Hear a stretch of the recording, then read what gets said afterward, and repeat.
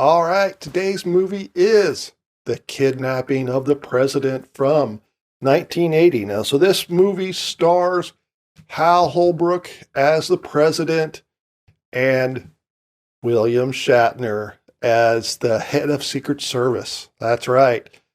So, the title is pretty self-explanatory. The president, Hal Holbrook, gets kidnapped. So we start off in South America or something, and for some reason, they decide they're going to kidnap the president and ransom him. Now, you'd think that being they're South American, that maybe the president would be visiting South America. No, the president's visiting Canada. So they hatch a plot to kidnap the president by getting him and locking him into a Brinks armored car. Everything will be explained as soon as we're in the truck. Do we let him put him in that truck?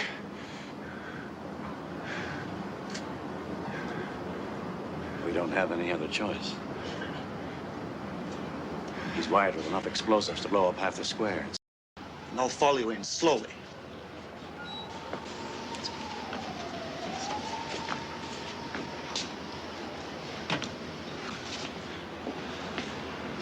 Remember, don't you do anything that might alarm my friend. And they rig it with explosives. Then the main dude offers, wants a ransom. He wants a bunch of money to release the president. Now, the movie itself, it's not an action movie.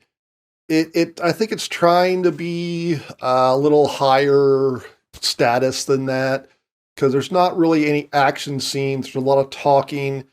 They add in some complications.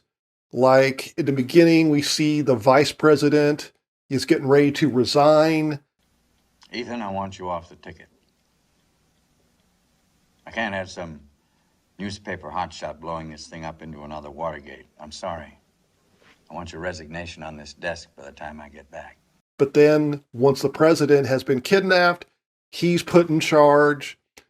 And because they're in Canada, there's some conflict over who gets to run the investigation, who's going to do the hostage negotiation and stuff like that.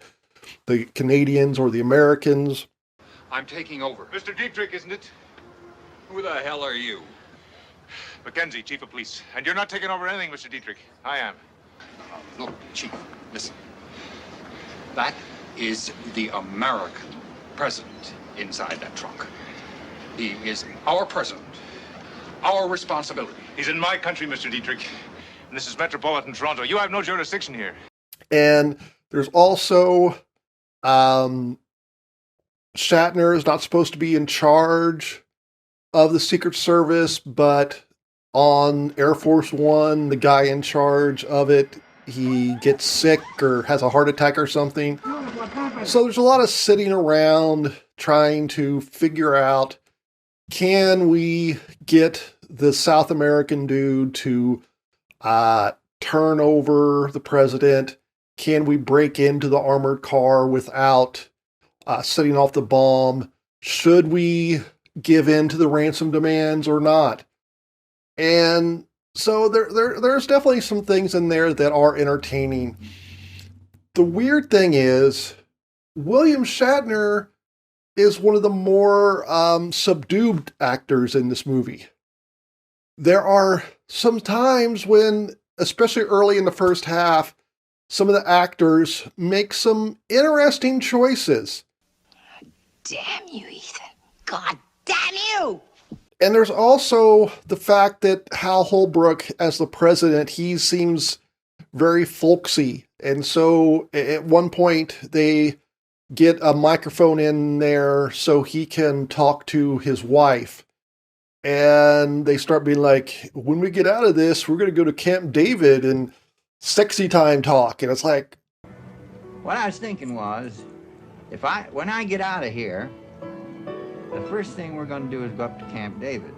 You remember last year when we went up there with the Hilliards? And you faked that sprained ankle so that we could, Adam, darling. What's the matter? You getting bashful? Boy, you weren't very bashful that night after we, Darling, it's just that you're on the loudspeaker. Ew, not cool. And then, like I said, there's all these unnecessary complications in it with the vice president and the chain of command and who gets to say things like that. But overall, it's kind of entertaining. The acting's good. There's some things that we learn early on, and so you keep waiting for the fact that the scene that starts the movie in South America, we keep waiting for that to be relevant, and it is. So, I give it 1 thumb up. Get off my bank truck. Air Force One, this isn't. Why not beam him up?